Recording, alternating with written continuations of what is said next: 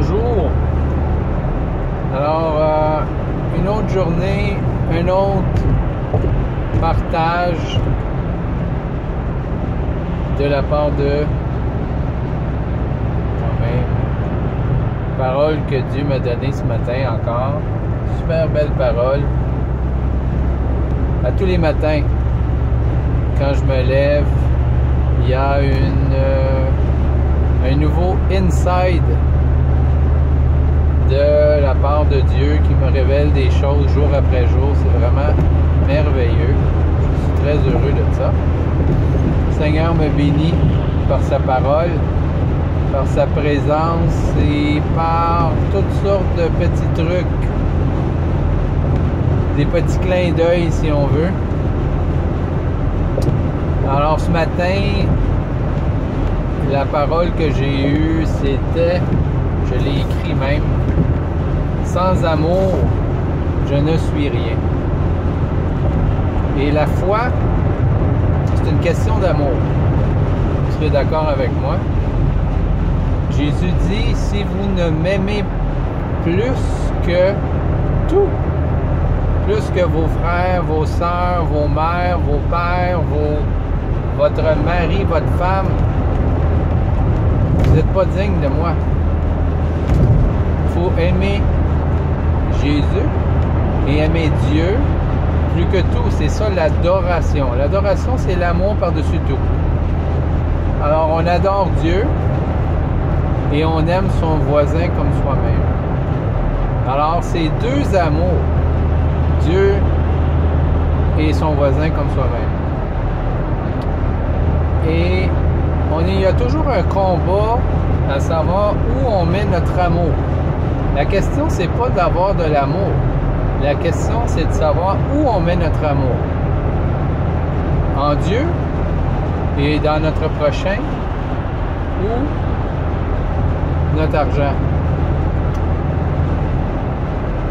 Car l'amour de l'argent est la racine de tous les maux dans le monde.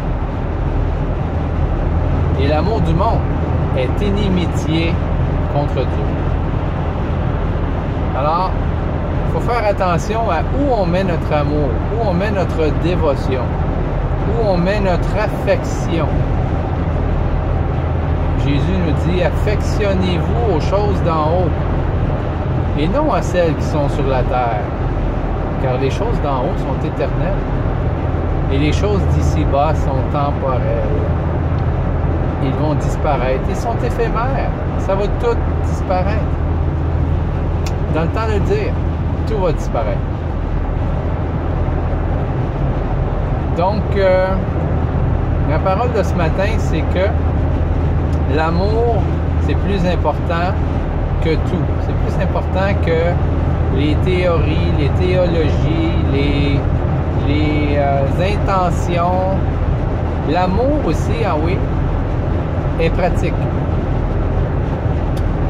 Ça dit que comment peux-tu dire que tu aimes Dieu que tu ne vois pas si tu n'aimes pas ton voisin que tu vois?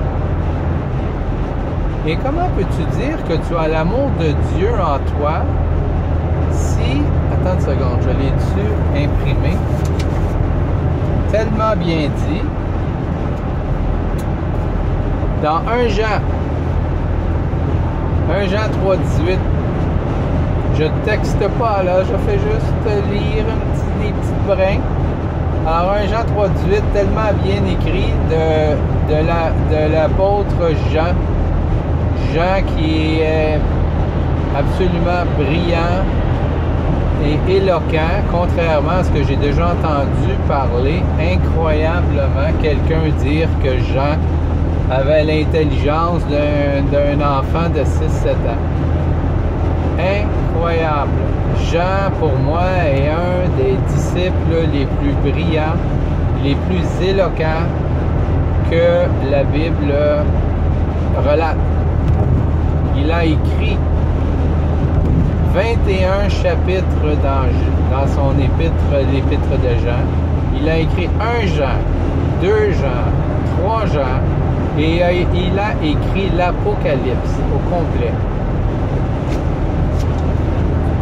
Alors Jean écrit dans 1 Jean 3,17 « Si quelqu'un possède les biens de ce monde et que, voyant son frère dans le besoin, il lui ferme ses entrailles, comment l'amour de Dieu demeure-t-il en lui? » Comment l'amour de Dieu demeure-t-il en lui? Alors l'amour, ce n'est pas en parole seulement. L'amour doit s'exprimer, se matérialiser. L'amour sans les œuvres, c'est rien. Dieu dit, ce peuple m'honore avec les lèvres, mais son cœur est éloigné de moi. Et comment savoir si l'amour de Dieu habite en nous? C'est si il y a des expressions de cet amour autour de nous. C'est des expressions de cet amour, des expressions concrètes. Des intentions, ça ne vaut rien. Le proverbe qui dit « c'est l'intention qui compte », c'est un proverbe qui sort de nulle part. Ça ne veut rien dire, une intention. J'ai l'intention d'aider quelqu'un, j'ai l'intention de porter des fleurs à ma femme pour son anniversaire, mais je ne l'ai pas fait. On va voir comment est-ce qu'elle va vous recevoir si vous aviez l'intention de, mais que vous ne l'avez pas fait. Vous voyez comment ça se tient pas debout des fois, les dictons populaires. Donc, l'amour est une expression concrète. Doit se matérialiser, doit s'exprimer de façon concrète.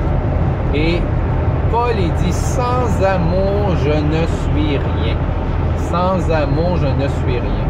La foi sans les œuvres est inutile. Et la foi sans amour n'est pas la foi. Et l'amour sans l'expression, ça n'existe pas. Donc, examinez-vous vous-même à me savoir si vous êtes dans la foi. Paul nous dit. Examinez-vous vous-même si vous avez une foi théorique, une foi théologique, ou si vous avez une foi véritable. Si vous avez l'amour véritable en vous. Sur ça,